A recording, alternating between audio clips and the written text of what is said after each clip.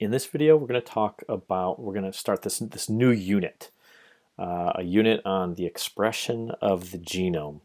So the question is, how is the information within our DNA translated into who we are?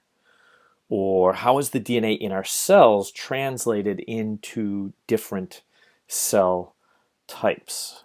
And the expression of the genome, how your genome dictates, how your genotype dictates your phenotype, involves taking the information from your genes in your DNA and transcribing that into RNA. And if these are genes that eventually encode proteins, then taking this messenger RNA and translating it into proteins. And then those proteins are going to fold in very specific ways to have very specific structures and therefore functions like hormones and transporters and enzymes and so on and so forth.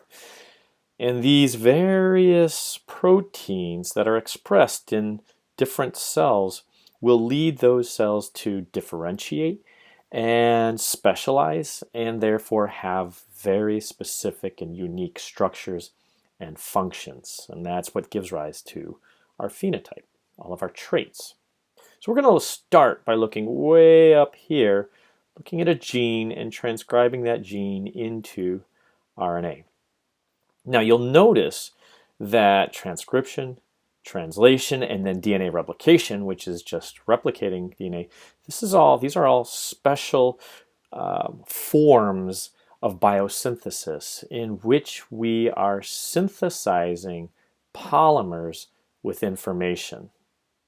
And when we are synthesizing polymers with information, there's a lot of extra questions that come along with it. Now I'm going to make a separate video describing what I mean here, but whenever you learn a new biosynthetic pathway involved in the production of proteins or DNA or RNA, I want you to pay attention to this table and ask yourself each one of these questions. What gets made? What enzyme catalyzes the reaction? What does the enzyme read? Where does the enzyme start reading? Where does it stop reading? Where does it occur within a cell? And how often does it occur? And eventually, we're going to have this entire table filled out. And even though each one of these pathways individually is fairly easy to understand, when you learn all of them, it'll get confusing quickly. All right, let's talk about transcription then.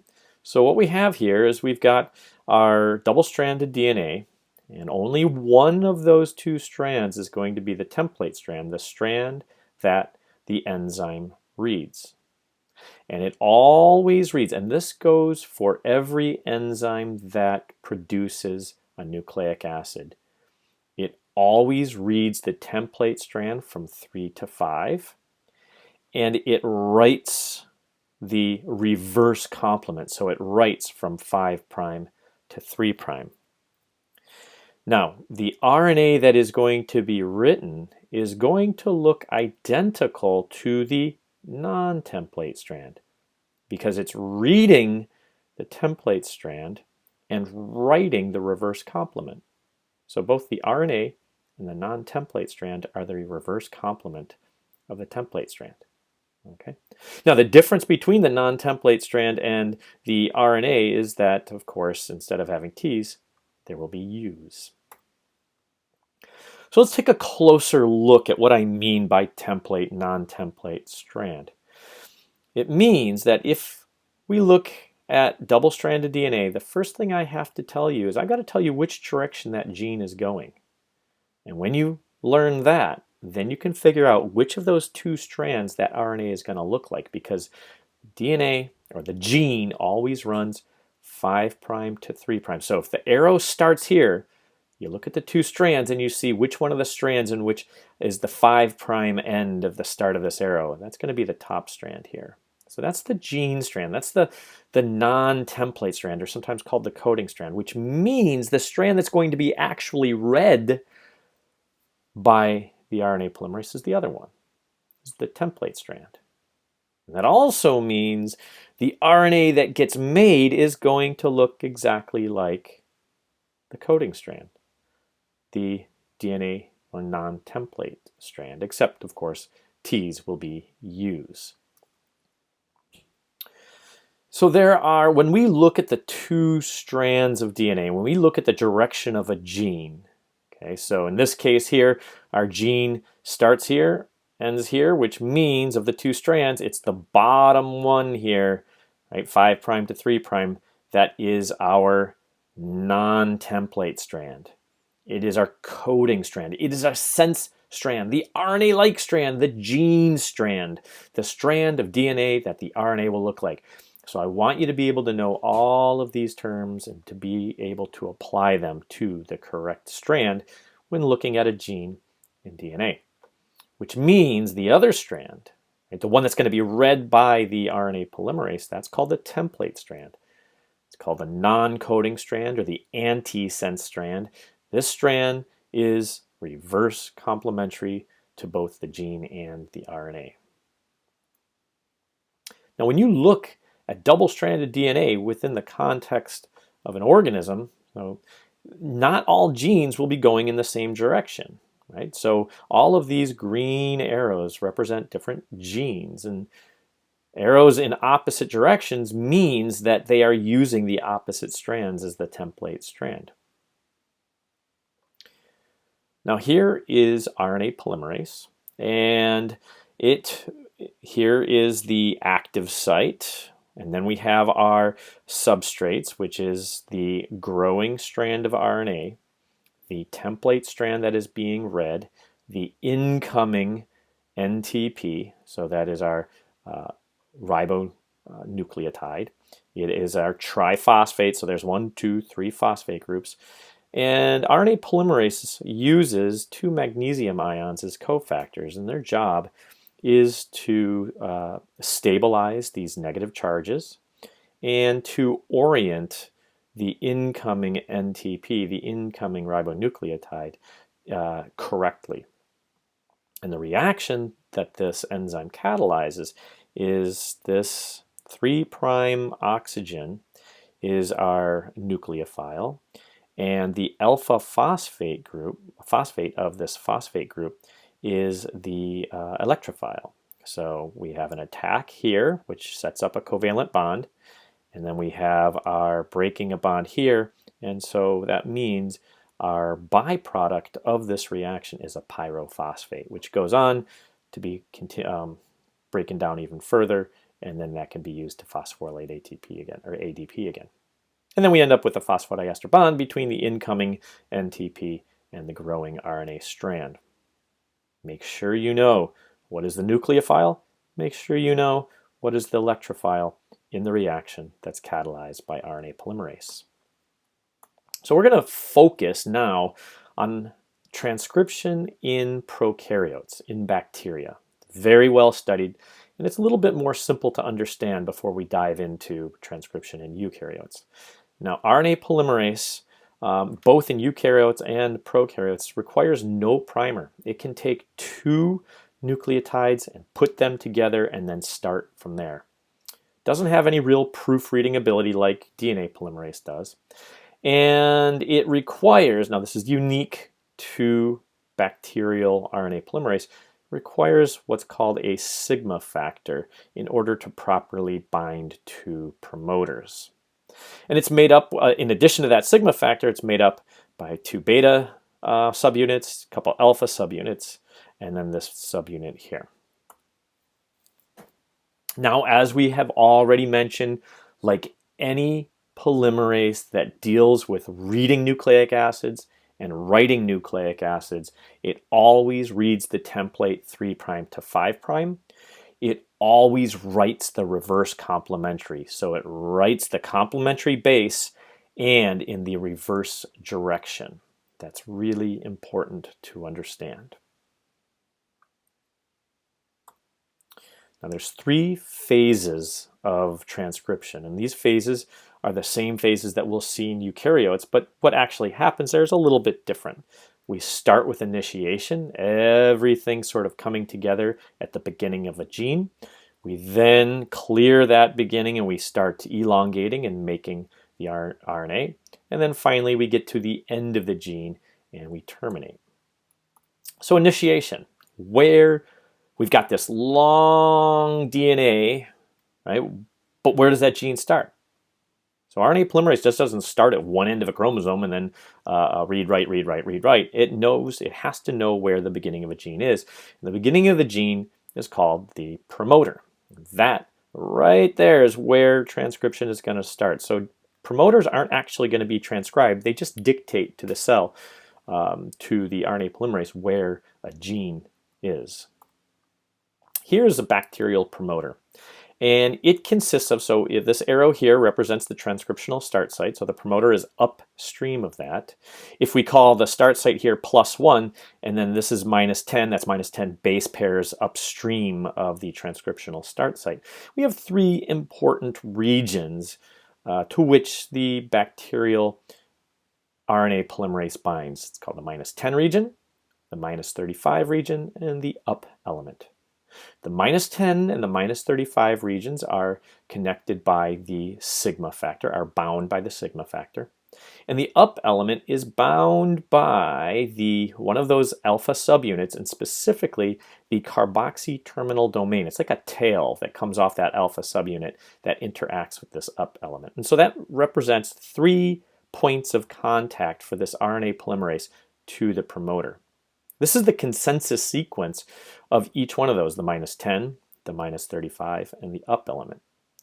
And what we mean by a consensus sequence is that if we compare a whole bunch of genes and look at these -10, this -35, and then look, okay, in this position, the most common base is a T, so we'll put a T there in the consensus sequence. Down here, the most common base is an A, so we'll put an A here, and so on and so forth. So the consensus sequence sort of represents the average sequence for these particular positions within the promoter. Now, there are some really neat experiments that can be done to give us an idea exactly where the RNA polymerase binds. And you can do this for any protein that binds to DNA. And what you do is you take the DNA that you think your protein binds to, and you label one end of it somehow. It could be with fluorescence, it could be with radioactive P32 or anything. And then you have a negative control in which you don't incubate that DNA with anything special, and you add DNase to it, and that cuts it on average once per fragment. Then you take another group aliquot of these fragments of DNA, and now you incubate it with the protein that you think or that you know binds to that DNA. And again, you cut it with DNase 1, such that on average, the DNase will cut one fragment one time. Okay, cut, cut, cut, cut, cut. And the idea here is that when the protein binds to that DNA, it inhibits access to DNase 1, which means that the DNase will never be able to cut anywhere that protein is binding. So there will be specific fragments of this DNA, sizes of that DNA that we simply won't see on the gel. So you take all of those fragments that's been cut. Now remember, we've only labeled one end, so we're not going to ever see this long part here because it cut it. So that falls off. All we're going to see is this part here. Same thing here. This cuts here, so we'll see this fragment, but we won't see that fragment. But on average, DNase cuts once per fragment. And so you have enough fragments there that every single cuttable site will eventually be represented. So if you look at the control and you run that, if you take all that DNA, all those fragments, run them out on gel and then develop it, right? Because you're looking for this either fluorescence or this radiation, you're going to see every possible size. But when you look at the sample that you have incubated your protein in, the protein is going to protect various parts of the DNA, and therefore you won't see those size fragments. And so that's the footprint. So we know that our protein of interest bound here, and we know it bound here, and it looks like it bound here as well. And so that's a way that we can kind of determine in general where are these proteins binding? Where did the bacterial RNA polymerase bind? Now, This sigma factor isn't always attached to RNA polymerase. It's only attached to RNA polymerase when it's bound to a promoter. And it's that sigma factor that gives that RNA polymerase specificity. So there are genes that have different -10, different -35 sequences that are then bound by different sigma factors. Sigma 70 is one of the most common, but there's a whole bunch of others that bind a bunch of different promoters that are at the start of a different class of genes. Now, you don't have to memorize all of this stuff, but do know sigma 70 is the most common. So what we have is there's a promoter. Then the sigma factor along with the RNA polymerase will bind to that promoter. And at that point, we have what's called a closed complex. The two strands of DNA have not separated. Then once that binding is stabilized, the two strands of DNA separate, and we call that the open complex. And we get the first few bases of RNA being made, but we haven't yet cleared the promoter yet. Then we clear the promoter, the sigma 70 falls off, and we begin synthesizing RNA and moving down that template strand. So as the RNA polymerase is moving along the template strand, it is reading and writing the reverse complement. Now, about 8 or 10 bases, the last 8 or 10 bases that were made, stay bound to the RNA, while the rest of that RNA that was made begins to feed through the RNA polymerase and extend out from it. There is a replication or a transcription bubble formed here where the two strands of DNA have been separated so that the RNA polymerase can read the template strand. And as that RNA polymerase passes, the bubble begins to close up from behind and open up in front. And so you've got this kind of constant separation of about 17 base pairs of DNA at any given time. All right, so at some point, that RNA polymerase is going to reach the end of the gene. What signifies that the gene is done, that we're at the end of it? Well, there's two types. There's row-dependent termination and there's row-independent termination. With row-dependent termination, there is a row helicase. This is an enzyme that recognizes a rut site. Now, a rut site is a sequence of RNA that is encoded within the DNA. So when it's read in the DNA and written in the RNA, it then attracts this row helicase. That row helicase then binds to the RNA, climbs up, boom, and knocks off that RNA polymerase from the DNA and cuts and allows that RNA to leave the template strand. So the rut site then determines the end of a gene. Now, with row-independent termination, there is a sequence called the Terminator sequence. And the Terminator sequence has a bunch of T's and a bunch of A's, a bunch of AT base pairs, such that when it gets transcribed, it forms this stem loop with a trail of U's. Now remember, one of the important aspects of transcription is that the last 8 bases of RNA that was made stays bound to the template strand. This sort of keeps the association of the template and the RNA and the RNA polymerase going, right? But now you have this track of U's that are bound to A's, and we know that's only two hydrogen bonds, coupled with this stem loop structure that knocks the RNA off of the template strand and ends transcription. So if we go back up and we take a look and start answering these questions, that was way over here, we can do this now. What gets made of transcription? RNA. What enzyme catalyzes it? RNA polymerase. What does the enzyme read? It reads the template strand of DNA. Where does the enzyme start reading? At the promoter. Where does the enzyme stop? the rut site or the Terminator sequence. Where in the cell does it occur? Well, within prokaryotes, it's going to just happen within the cell. There is no nucleus. But within eukaryotes, and that's what's important here, it happens in the nucleus. And how often does it occur? You're constantly requiring proteins for that cell to exist, and so you constantly have to be making RNA, so it's always occurring. All right, so in the next video, we will take a look at the same process, transcription, but as it functions in eukaryotic cells.